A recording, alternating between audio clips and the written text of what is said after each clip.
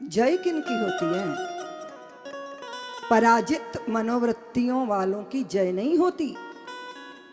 जय उनकी होती है जिनमें जयी भाव होता है। जय उनकी होती है जिनकी मन में उमंग होती है। जय उनकी होती है जो मन को जीत लेते हैं। जय उनकी होती है जो अपने अंतर की सामर्थ्य को पहचान लेते हैं। जय उनकी होती है जो अपनी दुर्बलताओं के स्वामी हो जाते हैं। जय उनकी होती है जो आसक्तियों से मुक्त होकर सत्य के पक्ष में खड़े होते हैं। जय उनकी होती है जो मोह मुक्त होकर सृष्टि के कल्याण में तन्मय होते हैं। जय उनकी होती है जो भगवान के अंग संग होते हैं। तो जरा उसी जय भाव से जय जयकार करो। बोलिए भागवत स्वरूप भगवान की। इसका अर्थ है कि सामर्थ्य तो सब में है, पर याद दिलाना पड़ता है। अंतर की सुप्त शक्तियां जागृत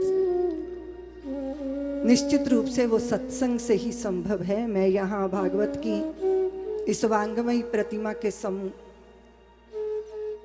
सम्मुख चरणों में विराजमान सभी संतों को, भूदेवों को, भागवत समिति के आयोजकों को, हमारे मुख्य जजमान, संयोजक, हमारे अध्यक्ष जी,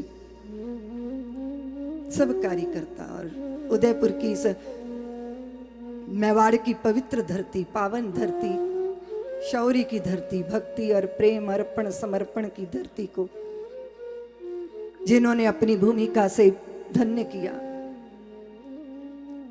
वे सब धर्म प्रेमी बंधु शक्ति स्वरूपा मातृशक्ति आप सबको प्रणाम करती हूँ, वंदन करती हूँ। वंदन करती हूँ आपकी श्रद्धा को, वंदन करती हूँ आपके संकल्प को, पूरे क्षेत्र को भगवा में रंग देने की आपकी भावना को प्रणाम करती हूँ। ये भगवा अद्भुत है। जब प्रातः काल आप सुबह जल्दी जाग जाओ तो सूर्य उदय होने से पहले आसमान भगवा हो जाता है ना। प्रातः की उषा लाली और संध्या की लाली, वो भी तो भगवा ही है। जगर मगर दीपों में जिस ज्योत का हम दर्शन करते हैं वो भी भगवा ही है ना। गैरिक वस्त्र भगवा आग है। ये वो तप की अग्नि है जिसमें हम अगर अपने को निमज्जित कर दें तो फिर जीवन में कचरा नहीं रह जाता विकारों का। अंतःकरण पवित्र हो जाता है, क्योंकि अग्नि का धर्म है कि वो पावक भी है और वो पवित्र करती है, भस्म करती है, व्यर्थ को हटा देती है और शुद्ध को कुंदन बना के प्रकट कर देती है। तो वो आग तप की आग है और भारत ने उस आग को जिया है, इस भगवे की आग को। तप की आग है, तपश्चर्या की आग है। ये तितिक्षा का ताप है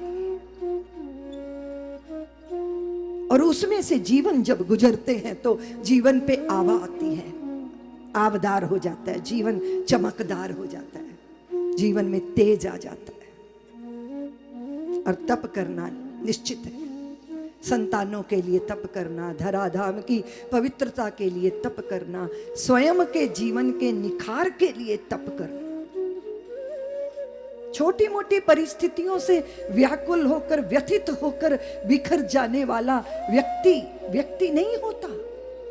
बड़े बड़े झंझावातों को भी झेल सके, शिखरों के ऊपर बैठ के जो रसातल को पहचान सके, जो मन ही मन सबके मन की जान सके और परिस्थितियों के थपेड़े जिसको बिखेरे नहीं अपितु और निखारे।